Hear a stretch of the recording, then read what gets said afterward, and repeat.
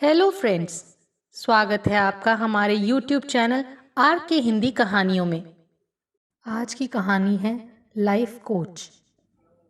आज ऑफिस का काम जल्दी निपट गया तो नकुल होटल न जाकर जुहू बीच आ गया। बहुत नाम सुन रखा था उसने मुंबई जुहू बीच का। यहाँ आते ही उसे एक अजीब सी शांति महसूस हुई।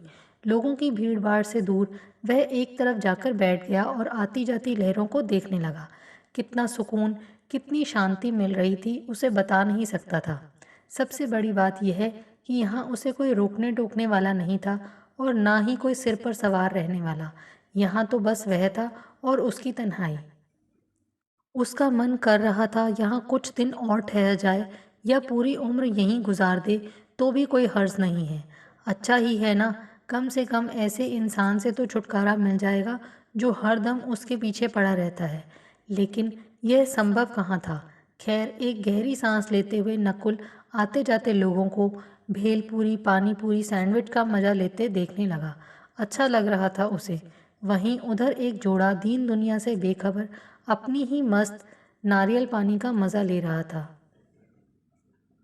वे जिस तरह से एक दूसरे की आंखों में आंखें डाल एक ही स्ट्रॉ से नारियल पानी सिप कर रहे थे, उससे तो यही लग रहा था दोनों एक दूसरे से बेइंतहा प्यार करते हैं। आंखों ही आंखों में दोनों जाने क्या बातें करते और फिर हंस पड़ते। अच्छा है ना, लोगों को पता भी नहीं चलता और दो प्यार करने वाले आंखों ही आंखों में अपनी बातें कह देते हैं। मुस्कुराते हुए नकुल ने मन ही मन कहा, चेहरा झट झूठ बोल सकता है पर आंखें नहीं। यदि किसी व्यक्ति की बातों को सही और गहराई से अर्थ जानना है तो उसके चेहरे को विशेष तौर पर आंखों को पढ़ना चाहिए। यदि दो प्यार करने वाले आपस में एक दूसरे को अच्छी तरह समझते हैं तो उन्हें बोलने की कुछ भी ज़रूरत नहीं पड़ती। कवि बिहारी अपनी कविता में ऐसे ही नहीं बोल गए हैं कि कहत नटत रीझत खिजत मिलत खिलत लजियात भरे मौन में कहत है नैनन ही सो बात। हम भी तो कभी इस तरह न्यू कपल थे। हम भी तो कभी इस तरह एक दूसरे की आंखों को पढ़ा करते थे। लेकिन किरण ने अब मेरी आंखों को पढ़ना छोड़ दिया है। नहीं तो क्या उसे पता नहीं कि आज भी मैं उससे कितना प्यार करता हूँ। सच कहूँ तो वह मुझे मेरी पत्नी कम और हिटलर ज़्यादा लगती है। डर लगता है मुझे उससे कि जाने कब किस बात पर उखड़ जाए और फिर मेरा जीना हराम कर दे। छोटी छोटी बातों को बड़ा बनाकर इतना ज़्यादा बोलने लगती है कि मेरे कान सनसनाने लगते हैं। नकुल अपनी सोच में डूबा हुआ था, तभी अचानक एक बॉल उससे आकर टकराई। Uncle, please throw the ball, दूर खड़े उस बच्चे ने बड़ी मासूमियत से कहा। तो नकुल ने अपने पैर से उस बॉल को ऐसे उछाला कि वह सीधे जाकर उस बच्चे के पास पहुंच गई। ताली बजाते हुए उस बच्चे ने कहा, uncle you are the great. सुनकर नकुल हंस पड़ा। अंकल जॉइन मी, उस 10 साल के बच्चे ने नकुल की तरफ बॉल फेंकते हुए बोला। तो नकुल भी जोश में आ गया और उसके साथ खेलने लगा। देखते देखते कुछ और लोग भी उनके साथ जुड़ गए और सब ऐसे जोश में खेलने लगे कि पूछो मत। Uncle you are such a great person कहकर उस बच्चे ने ताली बजाई तो बाकी लोग भी तालियां बजाने लगे। अपनी एक छोटी सी जीत पर आज नकुल इसलिए खुशी से झूम उठा क्योंकि उसकी काबिलियत की तारीफ हो रही थी और यहाँ कोई यह बोलने वाला नहीं था कि नकुल को यह जीत तो उसकी वजह से मिली है। अपने हाथ उठाकर सबको बाय कहकर नकुल आगे बढ़ गया। किसी को शायद नहीं पता पर कॉलेज के समय में मैं बढ़िया फुटबॉल प्लेयर हुआ करता था। अपने कॉलेज का मैं लीडर था। कॉलेज के ज़्यादातर लड़के लड़कियां मुझसे राय लिया करते थे। पढ़ाई में भी मैं अव्वल था, इसीलिए तो कॉलेज के प्रिंसिपल का भी मैं फेवरेट हुआ करता था। लेकिन समय के साथ सब पर धूल चढ़ गई थी। आज वही पुराना वाला जोश पाकर बता नहीं सकता कि अपने आप में मैं कितना स्फूर्ति महसूस कर रहा हूँ। लेकिन मैं ये सब कैसे भूल गया कि मैं एक बेहतर खिलाड़ी के साथ साथ एक आज़ाद सोच वाला इंसान भी हुआ करता था। एक गहरी सांस लेते हुए नकुल इधर उधर देखने लगा। लोग जाने लगे पर वह वहाँ कुछ देर और ठहरना चाहता था क्योंकि उसे यहाँ अपार शांति महसूस हो रही थी। समुद्र किनारे रेत पर बैठकर अपनी उंगलियों से आड़ी तिरछी लकीरें खींचते हुए नकुल सोचने लगा, पहले उनके बीच कितना प्यार था। दो जिस्म एक जान हुआ करते थे दोनों। लेकिन आज कितना कुछ बदल गया है। आज किरण की नज़रों में वह एक बेवकूफ़ इंसान है। कोई सलीका नहीं है उसमें, कोई काम का आदमी नहीं रहा वह। काश मैं और किरण एक ना हुए होते तो आज मैं वह ना बन गया होता लोगों की नज़रों में जो मैं हूँ ही नहीं। मन ही मन बोल नकुल आसमान की तरफ देखने लगा। किरण और नकुल दोनों एक ही कंपनी में जॉब करते थे। जब नकुल ने पहली बार किरण को कंपनी मीटिंग में देखा तो उसे देखता ही रह गया। गोरी, लंबी कदकाठी, बड़ी बड़ी आंखें, खुले बाल और उस पर उसके बात करने के अंदाज से तो नकुल की आंखें ही चौंधिया गई थीं। किरण भी नकुल का गठीला बदन, घुंघराले बाल और उसके बात करने के अंदाज से प्रभावित हुए बिना नहीं रह पाई थी। कुछ ही महीनों में दोनों की मुलाकात बढ़ते बढ़ते ऐसे मुकाम पर पहुंच गई जहां अब एक दिन भी बिना मिले उन्हें चैन नहीं पड़ता था। ऑफिस के बाद वे घंटों व्हाट्सएप पर चैटिंग के साथ फ़ोन पर भी बातें करते। साथ साथ घूमना फिरना, फिल्म देखना, शॉपिंग करने जाना और छुट्टियों में किसी हिल स्टेशन पर एक दूसरे में खो जाना उनकी आदतें बन चुकी थी। अक्सर नकुल किरण को महंगे महंगे गिफ्ट देता तो किरण भी उसके पसंद का उपहार लाना नहीं भूलती थी। इन दुनिया से बेखबर दोनों एक दूसरे की कंपनी खूब एंजॉय करते थे। ऐसा लगता था कि वे एक दूसरे के लिए ही बने हैं और जन्म जन्मांतर तक वे कभी एक दूसरे से अलग नहीं होंगे। दोनों इतने अच्छे और प्यारे जीवन साथी बनेंगे कि उनका पूरा जीवन खुशनुमा हो जाएगा। किरण बड़े हक से नकुल पर ऑर्डर झाड़ती तो नकुल भी हंसते हंसते उसके सारे नखरे उठाता था। नहीं नकुल, मुझे तो शाहरुख खान की ही फिल्म देखनी है। सोच लो, नहीं तो मैं नहीं जाऊंगी, तुम अकेले ही जाओ फिल्म देखने। नाक सिकोड़ते किरण बोली। अरे यार, तुम लड़कियां भी ना, फिल्म अच्छी हो या बुरी पर देखने जाना ही है, क्योंकि उसमें शाहरुख खान जो है। देखो मेरी तरफ, क्या मैं शाहरुख खान से कोई कम हूँ? मेरी किरण बोलकर नकुल जोर से हंसने लगा। उसके डायलॉग पर किरण भी खिलखिलाकर हंस पड़ी और बोली, बस बस बस, तुमसे नहीं हो पाएगा मेरे शाहरुख, तुम तो रहने ही दो। इस पर किरण को बाहों में भरते हुए नकुल बोला था कि कोई बात नहीं, जो उसने डायलॉग कैसे भी मारा हो पर किरण के लिए उसका प्यार तो सच्चा है ना। बात में दम है बॉस, कहकर किरण ने उसके सीने पर प्यार का एक घूंसा बरसाया। नकुल ने खींचकर उसे अपनी मजबूत बाहों में भरते हुए चूम लिया। सिनेमा हॉल से बाहर निकलते हुए नकुल ने मुंह बनाते हुए कहा था, मुझे फिल्म ज़रा भी पसंद नहीं आई। वह तो मुझे भी नहीं आई, पर उसमें शाहरुख खान तो था ना। बोलकर जब किरण हंसी तो नकुल उसे देखता रह गया। हंसते वक्त किरण के बायां गाल पर पड़ते गड्ढे देख नकुल दीवाना हो जाता था। सिर्फ यही नहीं, किरण की हर एक अदा पर नकुल दीवाना हो जाता था। लेकिन नकुल की कुछ आदतों पर मुंह बनाकर किरण कभी कभार उसे झिड़क भी देती थी। शादी हो जाने दो हमारी, फिर देखना कैसे बनती हूँ मैं तुम्हारी लाइफ कोच। मैनर्स में रहना सिखाऊंगी मैं तुम्हें। उसकी बातों पर हंसते हुए नकुल ने बोला, अब इतनी सुंदर लाइफ कोच किसे नहीं चाहिए, मेरा तो जीवन ही सफल हो जाएगा। नकुल को अच्छा लगता था किरण का उसे यूँ रोकना टोकना या डांट लगाना। उसे लगता किरण उससे बहुत ज़्यादा प्यार करती है, तभी तो हक से उसे रोकती टोकती है। हाँ, तुम्हारा जीवन बहुत जल्दी सफल हो जाता है। अब चलो। हंसते हुए नकुल के बगल वाली सीट पर बैठते हुए किरण बोली, ऐसा क्या देख रहे हो? क्या तुम्हारे ऊपर मेरा अधिकार नहीं? उसकी बात पर नकुल ने उसके गाल पर एक किस करते हुए इस बात की मोहर लगा दी कि बिल्कुल उसका अधिकार है। 2 साल तक रिलेशनशिप में रहने के बाद अपने माता पिता के आशीर्वाद से दोनों एक हो गए। शादी के बाद उनकी जिंदगी ऐसी लगने लगी जैसे सतरंगी आकाश। बस रोमांस ही रोमांस था उनकी जिंदगी में, और कुछ नहीं। शादी के 1 साल बाद ही पीहू ने उनकी जिंदगी में आकर और रोशनी बिखेर दी। पीहू को कुछ महीने तक उसकी नानी दादी ने संभाला, पर अब उनके लिए भी यहाँ रहना संभव नहीं था। इसलिए किरण ने अपनी नौकरी से इस्तीफा दिया ताकि पीहू को एक अच्छी परवरिश दे सके। सोचा जब पीहू थोड़ी बड़ी हो जाएगी तब वह फिर से जॉब करने लगेगी, लेकिन ऐसा हो नहीं पाया क्योंकि पीहू हमेशा बीमार रहने लगी थी। वह जन्म से ही कमज़ोर बच्ची थी और डॉक्टर का कहना था कि उसे चौबीसों घंटे एक आदमी की ज़रूरत है जो उसकी अच्छी तरह देखभाल कर सके, और माँ से बेहतर एक बच्चे की देखभाल तो कोई कर ही नहीं सकता। इसलिए किरण ने जॉब न करने का फैसला ले लिया। धीरे धीरे पीहू तंदुरुस्त होने लगी, लेकिन फिर किरण का जॉब करने का मन ही नहीं हुआ। क्योंकि अब वह अपना पूरा वक्त अपने घर परिवार पर देना चाहती थी। नकुल ऑफिस के साथ बाहर का भी काम संभालता और किरण घर के साथ अपनी बेटी पीहू का भी ध्यान रखती। सब कुछ व्यवस्थित चल रहा था जिंदगी में।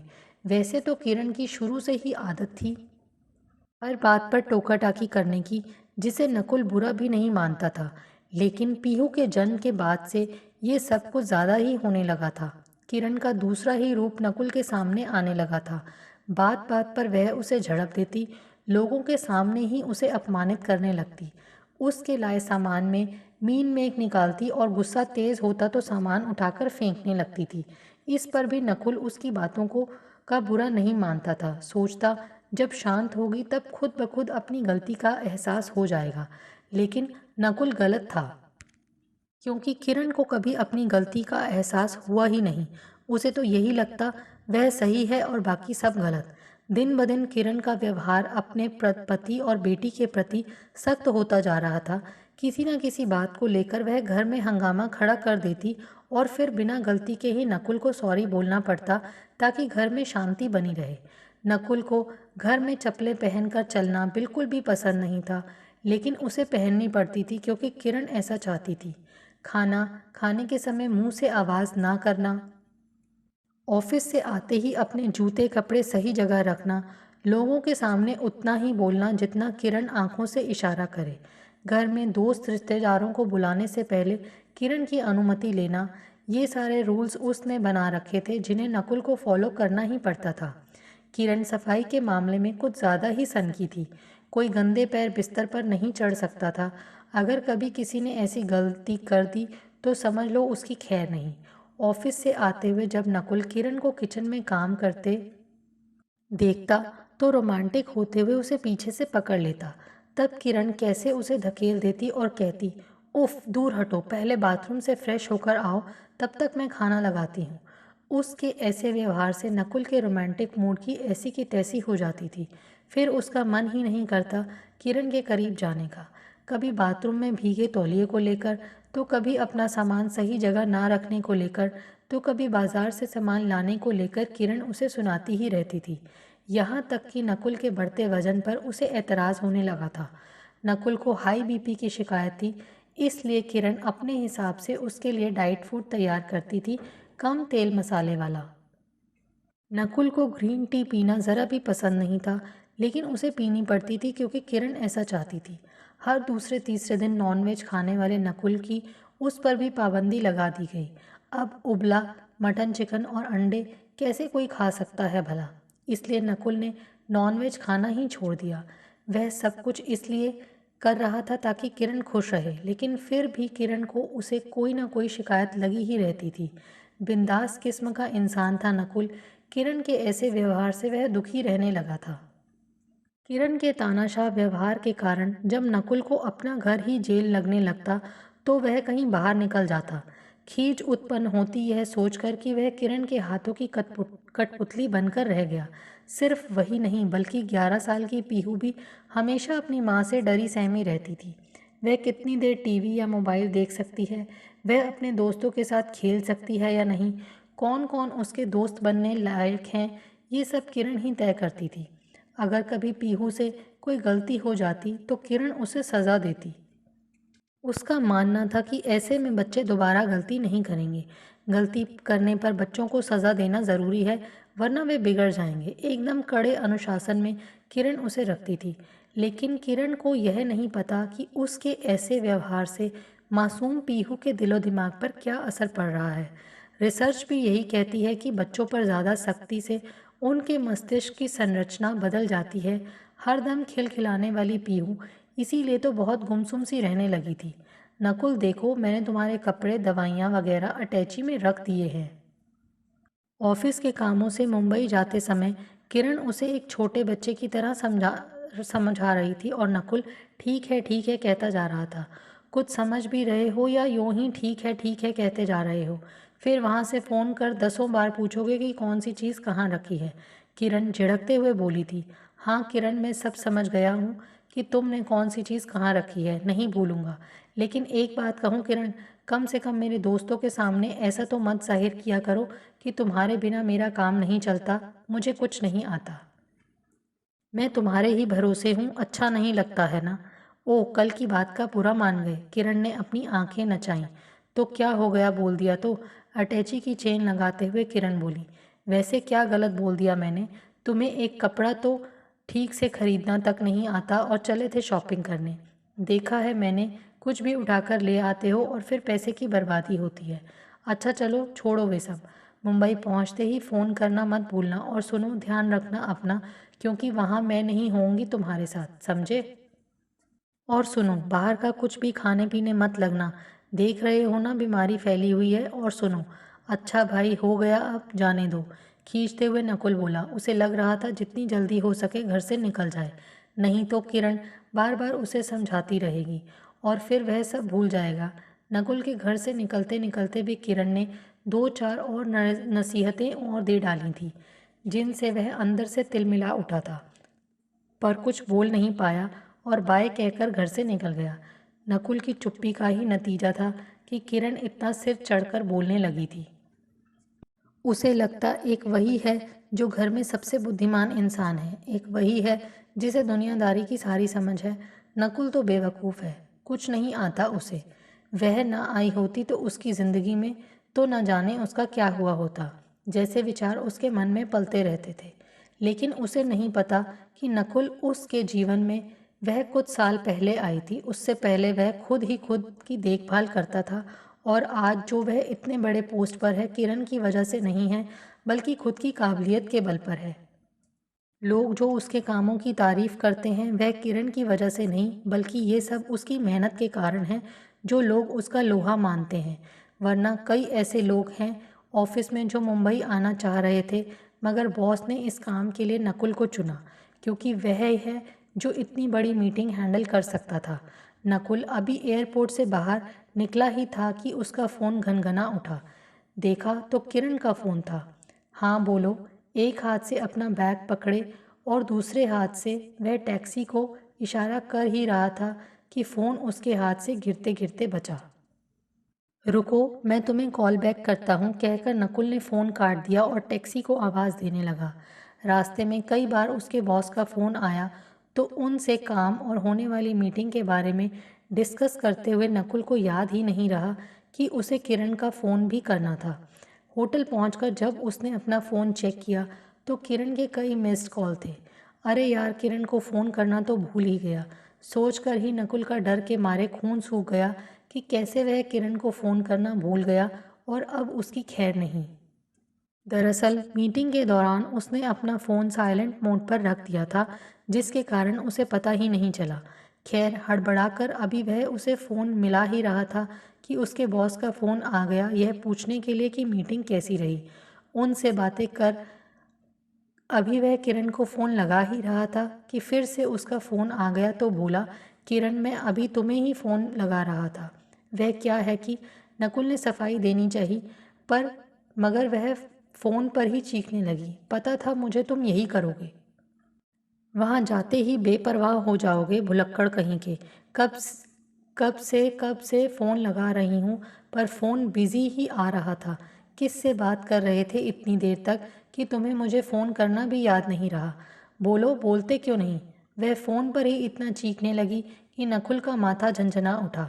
एक तो वह खुद ही मीटिंग के कारण थक कर चूर हो चुका था, ऊपर से यह किरण कुछ समझती ही नहीं। मन तो किया उसका कि अच्छे से समझा दे कि वह यहाँ होटल में ऐश करने नहीं आया, बल्कि यहाँ ऑफिस के ज़रूरी काम से आया हुआ है, लेकिन उसने केवल सॉरी बोलकर फ़ोन रख दिया, क्योंकि उसे समझाने का कोई फ़ायदा नहीं।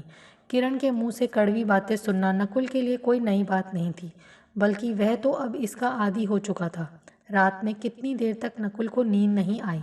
बार बार उसे अपनी बेटी का चेहरा याद आ रहा था। वह फ़ोन पर कैसे सिसकते हुए बोल रही थी कि मम्मी ने उसे मारा क्योंकि उसने पिज़्ज़ा खाने की ज़िद की थी, इसलिए। बेटा, कोई बात नहीं, जब मैं वहाँ आऊँगा ना, तब हम साथ में पिज़्ज़ा खाने चलेंगे, ओके? तो अब रोना बंद करो और मम्मी जो कहती है वही करो, वरना फिर मारेगी वह तुम्हें। मेरा प्यारा बच्चा, मेरी परी, मानोगी ना मेरी बात? फ़ोन पर जब नकुल ने बेटी को पुचकारा तब जाकर वह चुप हुई। मन तो किया नकुल का कि पूछे किरण से क्यों उसने पीहू को मारा, क्या प्यार से नहीं समझा सकती थी उसे? मारना ज़रूरी था, मगर क्या फ़ायदा? वह तो वही करेगी जो उसे ठीक लगेगा और नकुल का गुस्सा भी पीहू पर उतार देगी। अभी नकुल खाना खाकर सोने ही जा रहा था कि फिर किरण का फ़ोन आया। पूछने लगी कि उसने खाना खाया या नहीं, और खाया तो क्या खाया? बहुत ज़्यादा कैलोरी वाला खाना तो नहीं खाया ना? दवा तो याद से ले रहे हो ना? हाँ, ले रहा हूँ, और खाना भी एकदम सादा ही खाया है, तुम चिंता मत करो। मन झंझला उठा नकुल का। अरे मैं कोई छोटा बच्चा हूँ जो हर वक्त मुझे समझाती रहती हो खाना खाया कि नहीं, दवा ली या नहीं? इंसान को भूख लगेगी तो खाएगा ही, ज़रूरत है तो दवा भी लेगा। इसमें पूछने वाली कौन सी बात है? सच कहता हूँ, एक दो दिन दवा ना खाने से शायद मैं बच भी जाऊँ, परंतु किरण की कड़कती बातों से एक दिन ज़रूर मुझे हार्ट अटैक आ जाएगा। मन में सोच नकुल ने तकिया उठाकर पलंग पर दे मारा। लोगों के सामने वह जाहिर करती है कि पैसे कमाने के अलावा नकुल को कुछ नहीं आता है, इसलिए घर बाहर सब कुछ उसे ही संभालना पड़ता है। हंसते हंसते उसके दोस्त रिश्तेदारों के सामने उसे अपमानित कर देती और बेचारा नकुल दांत निपोर कर रह जाता, लेकिन अंदर से उसका दिल कितना रोता था वही जानता था। तंग आ चुका था वह अपने दोस्त और सहकर्मियों के चिढ़ाने से। जब वे कहते, भाई बीवी हो तो नकुल के जैसी, कितनी पढ़ी लिखी है, नकुल की तो जिंदगी ही बदल कर रख दी है भाभी जी ने, वरना यह तो रमता जोगी बहता पानी था। लेकिन उन्हें कौन समझाए कि वह पहले ही ठीक था। आज़ाद दिन जिंदगी थी, जो मन आए करता था, जहाँ मन आए आता जाता था, कोई रोक टोक नहीं थी उसकी ज़िंदगी में। लेकिन आज उसकी ज़िंदगी झंड बन चुकी है। लगता है वह अपने घर में नहीं बल्कि एक पिंजरे में कैद है, जिसकी किरण पहरेदारी कर रही है। कुल के तो अपने कमाए पैसे पर भी अधिकार नहीं था, क्योंकि उसके कमाए पैसे का सारा हिसाब किताब किरण ही रखती थी। रोज़ के खर्चे के लिए वह उसे पैसे देती थी, पर एक एक पैसे का हिसाब भी लेती थी कि उसने कहाँ कितने पैसे खर्च किए। नकुल के लिए चाहे कपड़े हों, चप्पलें हों या अन्य कोई सामान, किरण ही पसंद करती थी, क्योंकि उसके हिसाब से नकुल की पसंद आउट ऑफ डेटेड हो चुकी थी। जब भी कोई नकुल के कपड़े, घड़ी या जूतों की तारीफ करता तो कैसे तनकर किरण कहती कि यह तो उसकी पसंद है। नकुल को ये सब कहाँ आता है? मतलब लोगों के सामने उसने तो नकुल को एकदम गंवार ही साबित कर दिया था। नकुल के फ़ोन चलाने पर भी उसे एतराज़ होता है। कहती है कि उसके कारण ही पीहू बिगड़ रही है। बेचारे नकुल की हिम्मत ही नहीं पड़ती फिर किरण के सामने फ़ोन छूने की भी, जबकि वह खुद घंटों मोबाइल पर हंस हंस कर अपने रिश्तेदार और सहेलियों से बातें करती रहती है। जब मन होता शॉपिंग पर निकल पड़ती है, किटी पार्टी करती है, सहेलियों के सामने अपनी धाक जमाने के लिए हर महीने नई साड़ी और ज्वेलरी खरीदती है, अपने रूप रंग को निखारने के लिए ब्यूटी पार्लर जाती है। नकुल के मेहनत से कमाए पैसों को पानी की तरह बहाती है, तब तो नकुल कुछ नहीं बोलता है, क्योंकि यह उसका जन्मसिद्ध अधिकार है। और अगर पति कुछ बोल दे तो पत्नी उस पर घरेलू हिंसा का आरोप लगाकर थाने तक घसीट ले जाती है। फिर पति और बच्चों के साथ इतनी रोका टाका टोका क्यों, सोचकर ही नकुल तिलमिला उठता था। लेकिन उसकी हिम्मत नहीं होती थी कि किरण से कुछ पूछने की। इस घर में सिर्फ नकुल और पीहू के लिए ही अनुशासन संचालित था, किरण के लिए नहीं। वह तो आज़ाद थी अपने हिसाब से अपनी ज़िंदगी जीने के लिए। बचपन से ही नकुल ने देखा है कैसे उसकी माँ उसके पापा से डर डर कर जीती थी। हमेशा इस बात का डर लगा रहता था उसे कि जाने किस बात पर नकुल के पापा उस पर भड़क उठेंगे। कभी उसके बनाए खाने को लेकर, तो कभी उसके पहनावे और बोलने के ढंग को लेकर। नकुल के पापा अपनी पत्नी का अपमान करते रहते थे और वह बेचारी सिर झुकाए सब सुनती, यह सोचकर कि शायद वे सही बोल रहे हैं। उसे विश्वास दिला दिया गया था कि वह एक अनपढ़ गंवार औरत है, कुछ नहीं आता उसे।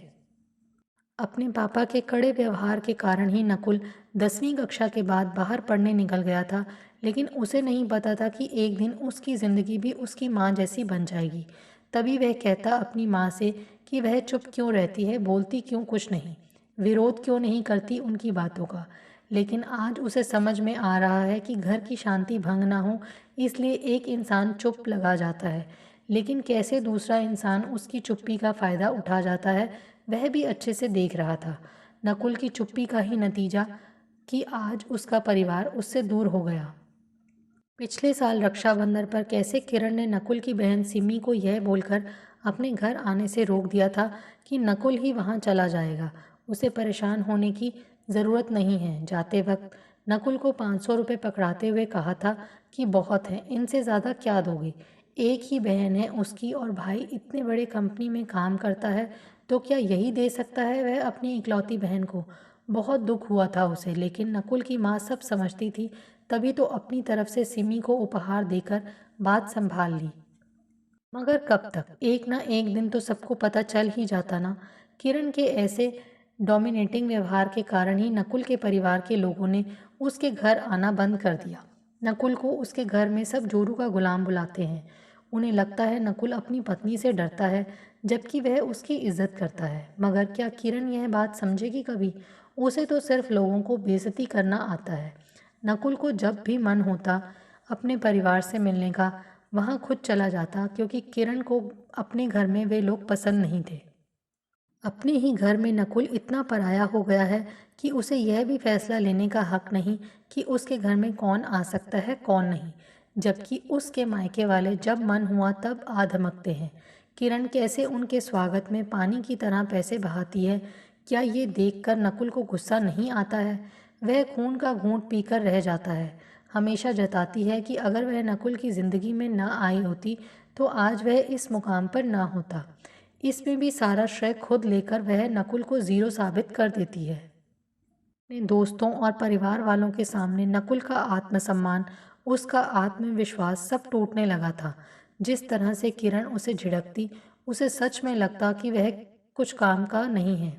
हाय स्ट्रॉन्ग मैन, आप अभी तक यहीं हो।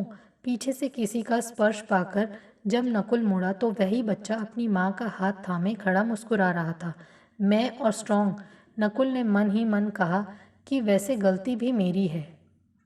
मैंने खुद को इतना कमज़ोर बना लिया कि किरण मुझ पर हावी होती चली गई। लाइफ कोच के नाम पर वह मेरा शोषण करती रही और मैं करवाता रहा। लेकिन अब नहीं, अब बहुत हो चुका। अब मैं अपना लाइफ कोच खुद बनूंगा। अब ना तो मैं खुद को और ना ही अपनी बेटी को किरण के जुल्मों का शिकार होने दूंगा। अब से मैं वही करूंगा जो मुझे सही लगेगा। अगर उसे पसंद है तो ठीक, वरना हमारे रास्ते अलग होंगे। मन में सोचकर नकुल ने एक लंबी सांस ली।